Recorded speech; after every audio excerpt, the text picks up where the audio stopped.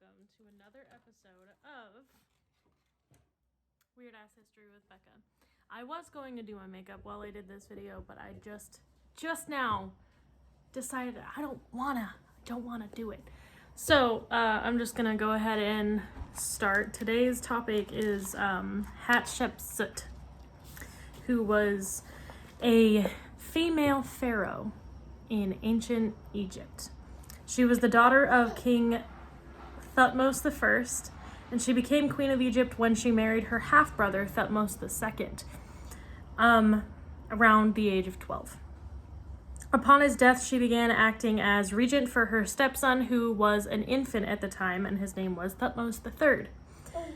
She later took on the role of pharaoh and became co-ruler of Egypt around 1473 BC. She extended Egyptian trade and oversaw ambitious building projects, such as the Temple of Deir el-Bahari, located in western Thebes, where she would be eventually buried. She remained largely unknown to scholars until the 19th century.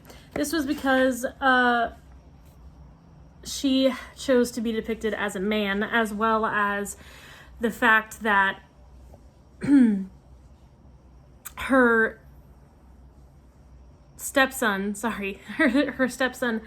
tried to erase her existence from history. So they almost didn't know that she existed because she was depicted as a man, which she asked for, and Thutmose III tried to just erase everything about her existing. She was the elder of two daughters. Her mother was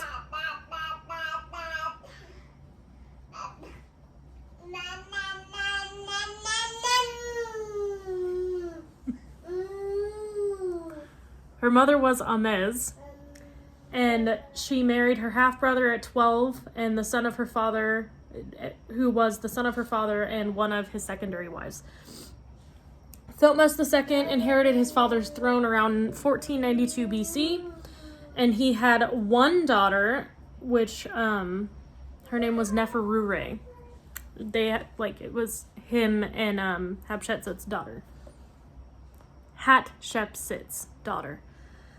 Thutmose III was also born to a secondary wife, which means that he wasn't Hatshepsut's son. Thutmose II died young at around 1479 BC, and the throne went to Thutmose III at that time. Hatshepsut became regent until her stepson came of age, and she was only the third woman to become pharaoh in 3,000 years of ancient Egyptian history, and she was the first to attain full power of the position. And Cleopatra, who also exercised such power, would rule some 14 centuries later, so almost 1,400 years later. After less than 7 years, she assumed the title and full powers of pharaoh, becoming co-ruler of Egypt with Thutmose III. It was originally believed that it was just her power that drove her. It was originally believed that it was just power that drove her, but it was more likely due to a possible political crisis, like a threat from another branch of the royal family, and she may have been acting to save the throne for her stepson. She knew her move would be highly controversial. She fought to defend its legitimacy, pointing to her royal lineage, and claimed that her father had appointed her his successor.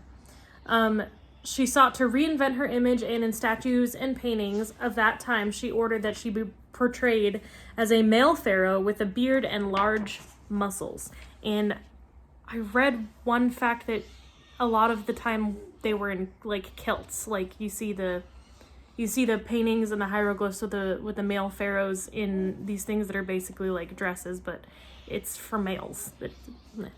In other images, she appeared as a traditional female. In other images, she appeared in traditional female regalia. She surrounded herself with key supporters and key positions in government, including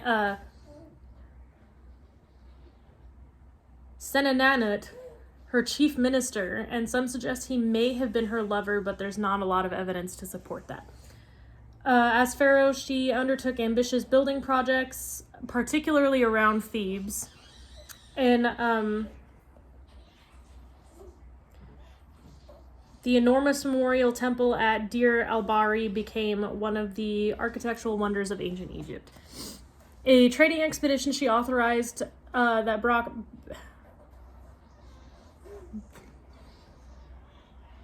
One of her other greatest achievements was a trading expedition she authorized that brought back vast riches, including ivory, ebony, gold, leopard skins, and incense.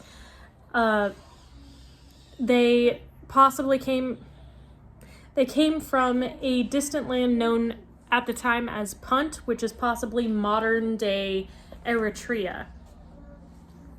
She probably died around 1458 BC, when she would have been around 45. She was buried in the Valley of the Kings in the hills behind Deir el-Bahari. In another effort to legitimize her reign, she had her father's sarcophagus reburied in her tomb so they could lie together in death. Thutmose III went on to rule for 30 more years after her death, proving to be a both ambitious leader, like his stepmother, and a great warrior. Late in his reign, he had almost all evidence of Hatshepsut's rule, including the images of her as king, on the temples and monuments she had built, possibly to erase her example as a powerful female ruler, or to close the gap in the dynasty line of male succession. He wanted it to be Thutmose I, Thutmose II, and then Thutmose III ruling in that order. Because of this, scholars knew little of her existence until 1822, when they were able to decipher hieroglyphics on the walls of Deir el-Bahari. In 1903, the British archaeologist Howard Carter discovered that Hatshepsut's sarcophagus, one of the 3 that she had prepared, was empty, and like nearly all of the tombs in Valley of the Kings. After a new search in 2005, a team of archaeologists discovered her mummy in 2007, so it took them 2 years to discover it, and it is now housed in the Egyptian Museum in Cairo, and a life-size statue that escaped her stepson's destruction is on display at the Metropolitan Museum in New York City.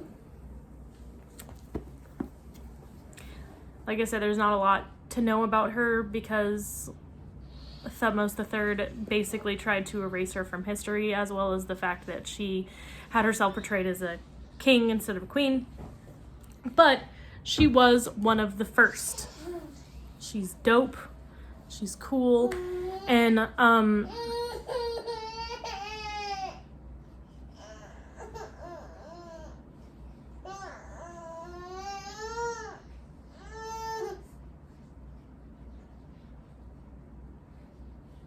a lot of people thought that she was just doing it because she had a thirst for power, but really there was a large possibility that it could have been from a threat from an outside family member that was like, you shouldn't be queen, we should be in power.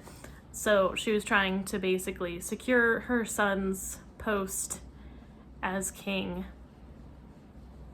Yeah, that is the history of Hatshepsut. She deserved better, because she was a good pharaoh, good king. I know this wasn't a long one. This is just interesting to me because I like powerful women. Because they're cool. The next thing that I'll be telling you about is Pope Gregory IX, particularly about his war on cats. You heard that correctly. So, thank you. I'm sorry this video was delayed. I've been busy. But subscribe, like, comment, ignore my child crying in the background. She's fine. She's just needy. Bye!